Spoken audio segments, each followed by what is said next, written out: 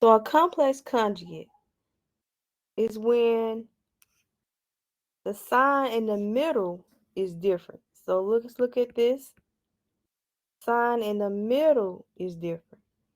A conjugate is where we change the sign in the middle, a plus bi versus a minus bi. When you multiply conjugates together, you would notice that the result doesn't contain an I. So let's practice over here. Let's multiply each complex number by its complex conjugate. So if we had 1 plus I, what is its complex conjugate? Its conjugate would be 1 minus I. So when we multiply this, 1 times 1 is 1.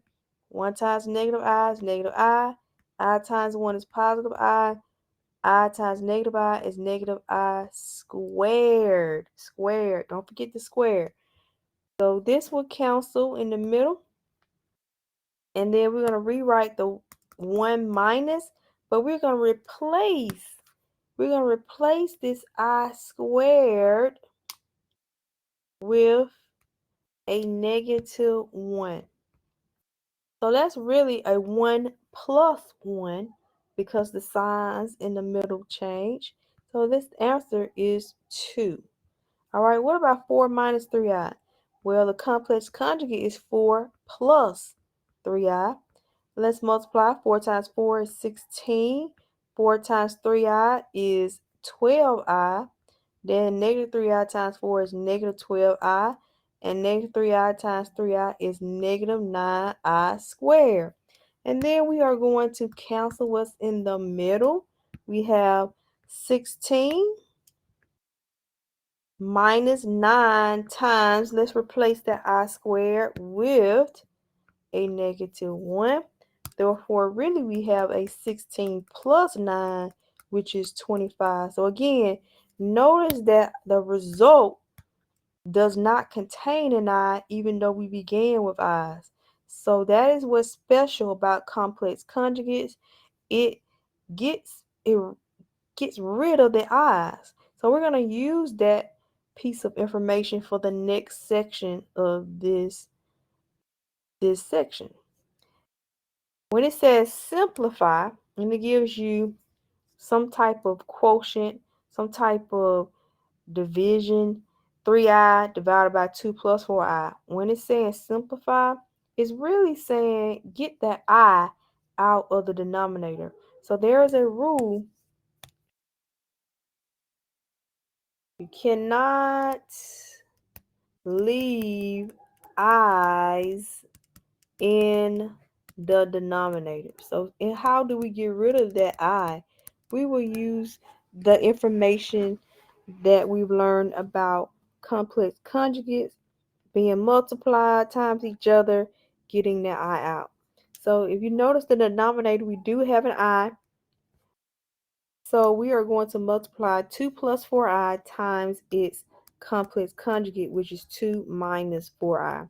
Now, if we multiply the denominator by 2 minus 4i, obviously we're also going to have to multiply the numerator by 2 minus 4i. So if you multiply the numerator, we get 6i. 3i times negative 4i is minus 12i squared. And then the bottom, we have 2 times 2 is 4. Then we have 2 times negative 4i is negative 8i plus 8i minus 16i squared. And then the 8i's cancel here. So in the numerator, we have 6i minus 12 times a negative 1 over 4 minus 16 times negative 1. So in the numerator, we have 6i plus 12 over 4 plus 16. Let me go ahead and switch that 12 because I want it in standard form as much as possible, right? So we're going to put the number first and then the real number first, real part first, and the imaginary part second over 20. Now we want it in that A plus BI standard way of writing it. That means we want the A separated from the B, okay? So in order to do that, we're going to divide every term in the numerator by the denominator. So 12 divided by 20, that now we separate it from the 6 over 20i. And that can be reduced because 12 over 20 has 4 in common. So that's 4 divided into 12 is 3. 4 divided into 20 is 5. Plus 6 and 20 has 2 in common. So 2 goes into 6 3 times. 2 goes into 20. 2 goes into 20 10 times. So the answer is 3/5 plus 3/10 I. Now you know exactly what A is. It's 3/5. You know exactly what the imaginary part is, which is 3/10. So they are separated. So this is the way you should write the final answer. Let's look at B. 6 minus 7i over 1 minus 2i. What is the complex conjugate of the denominator? Complex conjugate is 1 plus 2i. Therefore, we're going to have to multiply the numerator by 1 plus 2i as well. So let's go ahead and get started. 6 times 1 is 6. 6 times 2i is 12i. Negative 7i times 1 is negative 7i. Negative 7i times 2i is negative 14i squared. And then at the bottom, I'm going to do a little shortcut. I'm just going to multiply the 1 times 1 is 1. And the negative 2i times the negative 2i is negative 4i squared. Because I caught on that the middles will always cancel. So I really don't even have to multiply that part. Equal. All right, so in the numerator here, we have 6 plus, we have 5i minus 14 times negative 1 over 1 minus 4 times negative 1, which is 6 plus 5i plus 14 over 1 plus 4. So that is 6 plus 14 is 20 plus 5i over 5. So if we divided 20 by 5 and also 5i by 5, we would get 4 plus I. So the final answer in the conventional way of writing the complex number, A separated from B, then we have 4 plus I. Your real part is 4 and your imaginary part is 1 because 1 is considered to be the coefficient for the I. All right, let's go on to the next section of this lesson. It turns out in this box over here that negative 2 times negative 3 doesn't work the same way as in the real number system. You're really going to have to convert negative 2 and negative 3 into complex numbers. I times the square root of 2, I times the square root of 3. So let me show you how to do that. We can't just multiply. So we can't do it the way we did. This is the real number system here. We were the real number system, we were able to just multiply numbers under the radical if they were not negative. But in the imaginary number system, we can't do that if the numbers are negative. So we're going to have to convert those radicals to imaginary numbers and then multiply. So let's break it down. So here for A, as a review, we know that the square root of negative 1, we know that to be what?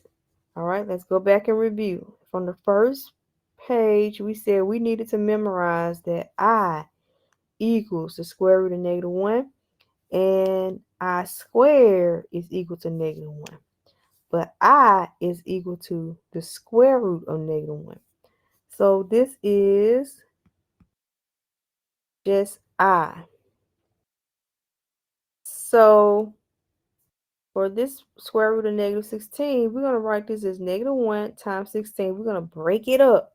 Break it up so that we can see that square root of negative 1. All right, separate it from the other number if possible. So since we were able to break it up as the square root of negative 1 times the square root of 16, we now know that this part right here is I, right? That part is I, and this part right here is 4. So it's I times 4, right? I times 4 is 4I. All right, square root of negative 3. Well, again, let's separate that negative 1 from that 3 and break it down as the square root of negative 1 times the square root of 3. Now here, that square root of negative 1 we know to be I. Now the square root of 3 we can't do anything about.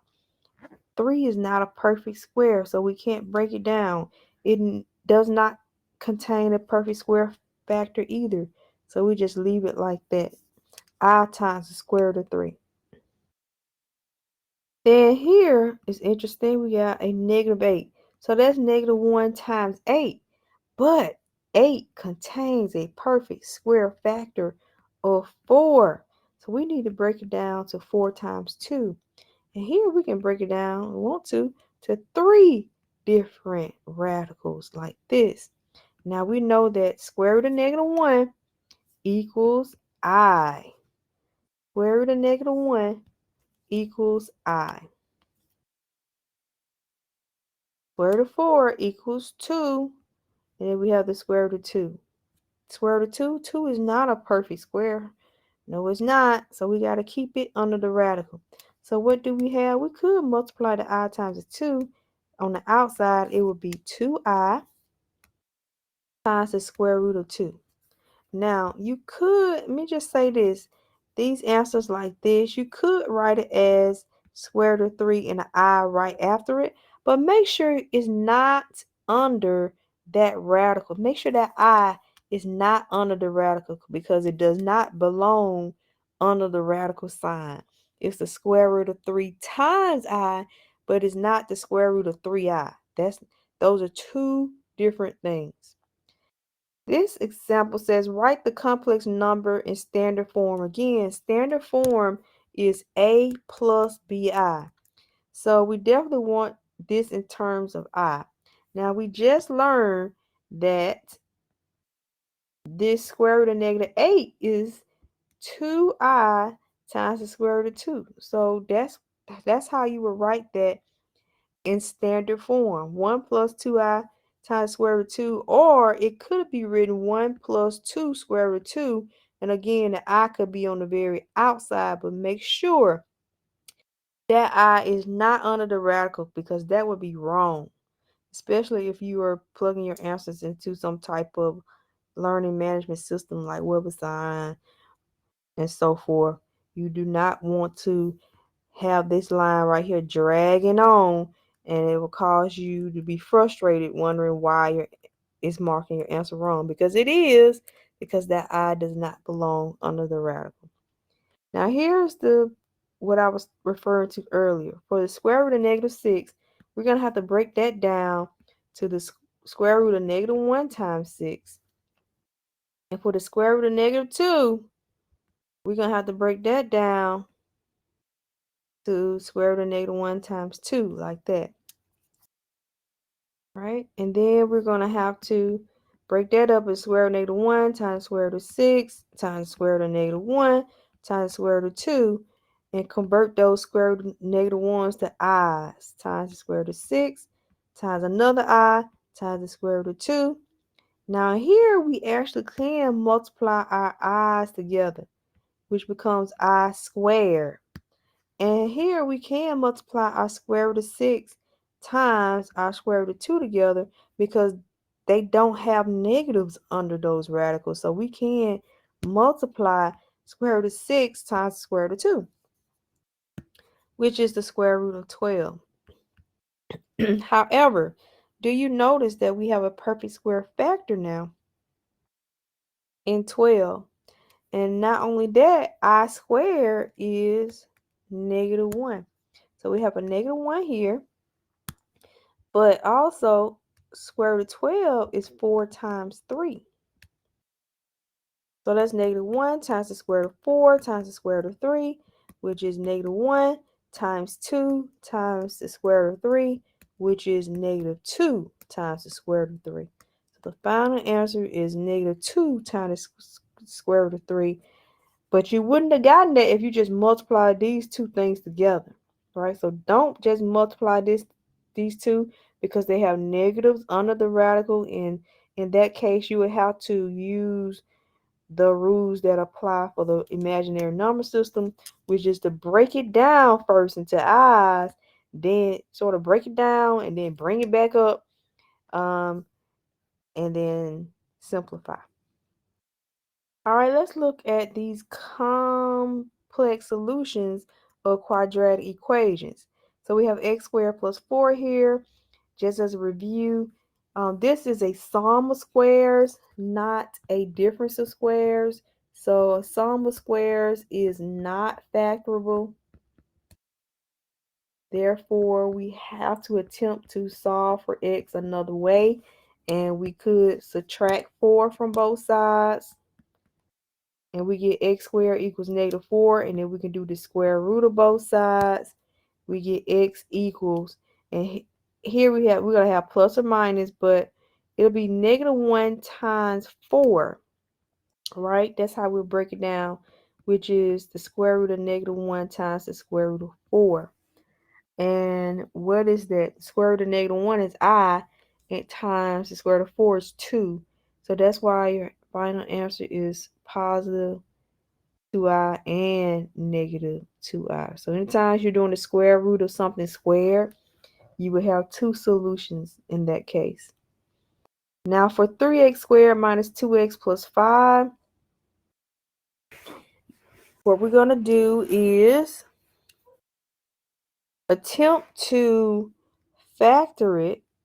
If we attempt to factor it, we'll do 3 times 5, which is 15.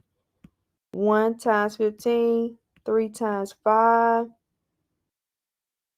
But if you notice, if we try to get -2, let's say we make this a negative right here. But if you multiply this together, you won't get positive 15. So it looks like it's not factorable. Therefore, we're going to have to use the quadratic formula to solve this quadratic equation. So the quadratic formula is x equals -b plus or minus the square root of b squared minus 4ac all over 2a. And here a is 3, b is -2, and c is 5. So when we plug this into our formula, -b will be -2. All right, so I'm writing everything out. The formula has a negative in it, and b has a negative in it. Plus or minus the square root of b squared, -2 squared, minus 4 times a. A is 3, c is 5, all over 2 times 3. So we have x equals 2 plus the square root of 4 minus, what is 4 times 3 times 5, 12 times 5, or 15 times 4, that is 60. So we have 60 here over 6 here. So now what we'll do is subtract 4 minus 60. 4 minus 60 is -56. -56.